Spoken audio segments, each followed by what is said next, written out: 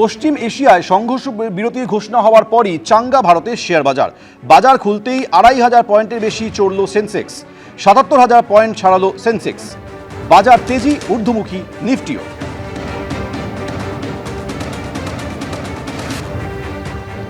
পশ্চিম এশিয়ায় সংঘর্ষ বিরতি ডোনাল্ড ট্রাম্প ঘোষণা করেছেন, আর এই সংঘর্ষ বিরতির ঘোষণা হওয়ার সঙ্গে সঙ্গে ভারতের শেয়ার বাজার চড়চড় করে উঠতে শুরু করেছে। বাজার খুলতেই ২৫০০ পয়েন্টের বেশি চড়েছে সেন্সেক্স, অন্যদিকে ৭৭,০০০ পয়েন্ট ছাড়িয়ে গিয়েছে সেন্সেক্স। ঊর্ধ্বমুখী হয়েছে নিফটিও। সংঘর্ষ বিরতির ঘোষণা হওয়ার পর ভারতের শেয়ার বাজার চড়চড় করে চড়ছে।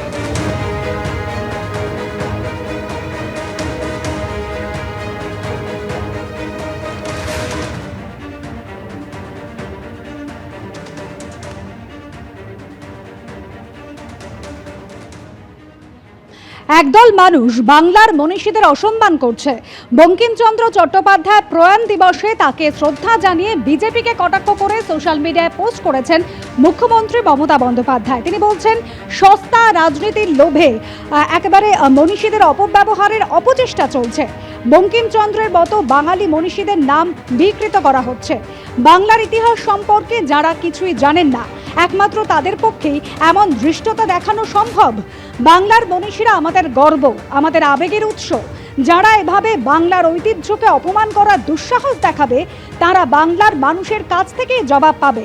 নাম না করে বিজেপিকে আক্রমণ করে এক্স হ্যান্ডেলে পোস্ট করেছেন মমতা বন্দ্যোপাধ্যায়। তিনি বলছেন, একদল মানুষ বাংলার মনীষীদের অসম্মান করছে, সস্তা রাজনীতির লোভে চালিত হয়ে মনীষীদের অপব্যবহারের অপচেষ্টা করা হচ্ছে।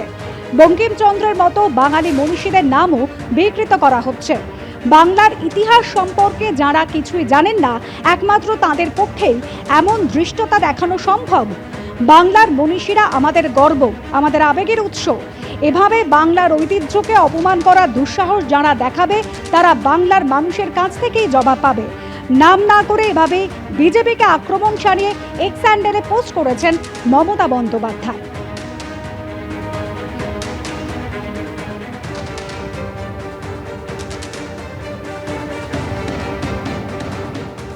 বিজেপি মুখপাত্র দেবজিৎ সরকার রয়েছেন আমাদের সঙ্গে টেলিফোন লাইনে। দেবজিৎ দা, সোশ্যাল মিডিয়ায় মুখ্যমন্ত্রী মমতা বন্দ্যোপাধ্যায় একেবারে নাম না করে পোস্ট করছেন। তিনি কটাক্ষ করছেন যে একদল মানুষ বাংলার মনীষীদের অসম্মান করার চেষ্টা করছে, সস্তা রাজনীতির লোভে বাংলার মনীষীদের অপব্যবহার করার অপচেষ্টা চলছে।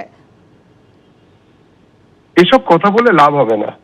কারা বাংলার মনীষীদের বারবার অপমান করেছেন এবং কারা বাংলার মানুষদের ক্ষতি করেছে গত ১.৫ দশক ধরে, সেটা বাঙালি জানে।